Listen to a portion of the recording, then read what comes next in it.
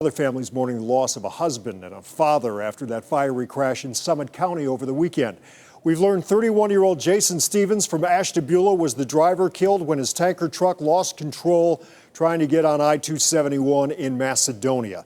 It went over the side of the bridge, exploded on Route 8 below. ODOT was on scene doing inspections earlier today. It's a hands-on inspection, so our crews are out there checking the parapets, checking the steel. We're looking over everything to ensure that it is safe for folks to travel on. Those inspections should wrap up midweek. Resurfacing of Route 8 southbound over Brandywine Creek should be complete by the end of the week. That's why that part of the road is still closed. Ohio EPA is overseeing cleanup of the creek itself, trying to keep 7,500 gallons of spilled diesel fuel from spreading. 1 year ago this week, a toxic train derailed, upending the lives of thousands in East Palestine. People raised concern about their health, their homes, their businesses, and their futures. Those concerns have not waned. News 5 investigator Tara Morgan's been in the village from the beginning, and tonight we're making good on a promise we wouldn't leave. Tara begins our week-long coverage live in East Palestine.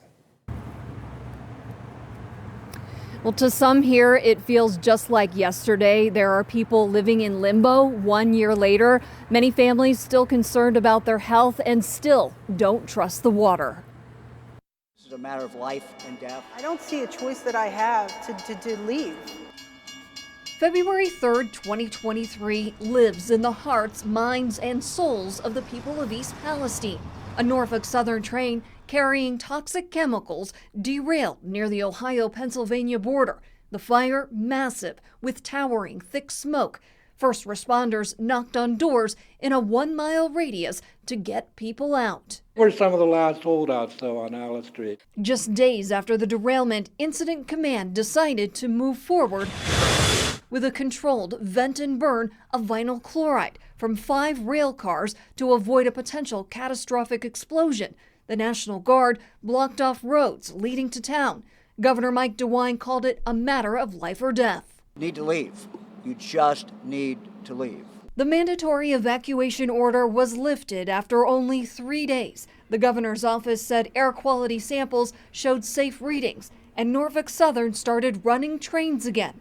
But the stress, frustration, and mistrust carried on. I don't know what the future holds. Can you tell us how far the scope will be just beyond this 1 mile? Just quickly. People want to know if the derailment killed tens of thousands of fish in the creeks. People lived scared.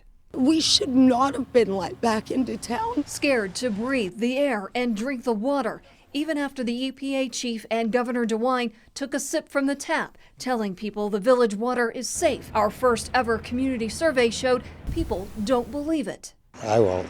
We go get bottled water all the time. Families demanded independent testing on their private wells, bombarding a Youngstown lab with orders. We're at about 200 right now, just from East Palestine.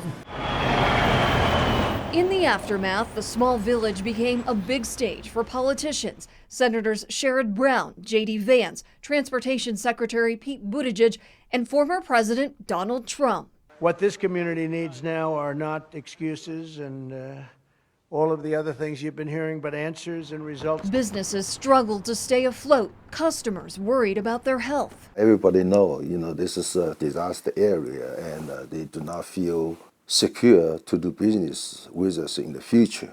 Norfolk Southern pledged to make things right. Norfolk Southern is committed to doing what's right, and each and every day, we're going to do the next right thing. The railroad removed contaminated soil and water by the truckloads and pumped millions into the community. 20 days after the derailment, the NTSB released its preliminary findings, noting surveillance video showed a wheel bearing overheating before the disaster. This was 100% preventable. The NTSB held a rare field hearing in East Palestine. Witness testimony focused on communication and first response preparedness and what happened.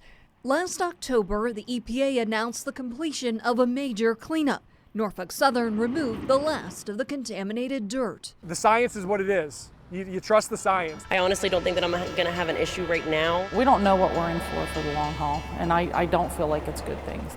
Restoration would begin while testing to ensure health and safety continues.